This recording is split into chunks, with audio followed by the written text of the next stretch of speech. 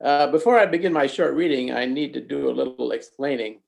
I operate out of one of many humanist religious slash theological theories. That theory is that the gods and goddesses, as well as characters in religious and popular stories like Moses, the Buddha, Demeter, Lex Luthor, our Jabba the Hutt, represent different elements of the human psyche. These elements are called archetypes. The archetypes are ways of keeping mental parts of ourselves out in the open so that they can be managed. We are a very delightful and dangerous species. We need to manage both the delightful and the dangerous parts of ourselves. That is what religion and psychology do. In this essay, when I talk about our inner Derek Chauvins, I'm talking about the cruel and destructive elements of our psyches. When I talk about Derek Chauvin, the person, I'm talking about a person with a full complement of archetypes and is therefore capable of great love and great cruelty. Okay, explanation over.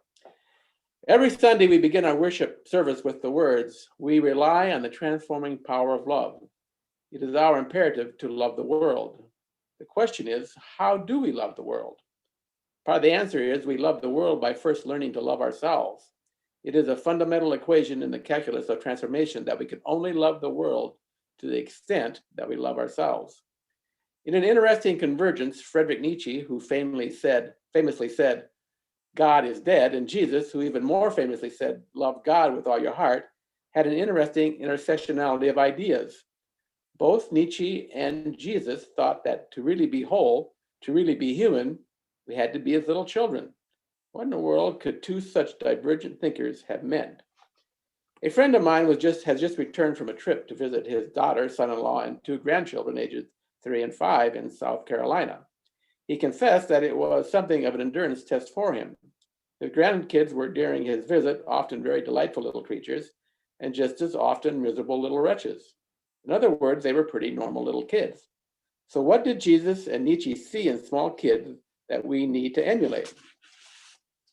It seems likely that it was not behavior. What is more likely is that children have all of themselves available to themselves, whereas we adults have learned to put the wretched parts of ourselves aside and keep them out of sight. So out of sight that we mostly no longer see or realize that we have destructive sides to our natures. Unfortunately, the destructive sides of our natures are, even though mostly hidden from us, still energized through our organism. When we do not claim that energy, it can escape and become evil. This, in my opinion, is precisely what happened with Derek Chauvin, the person, the day he killed George Floyd. His pent-up dark energies, his inner Derek Chauvin, was unleashed. This is real.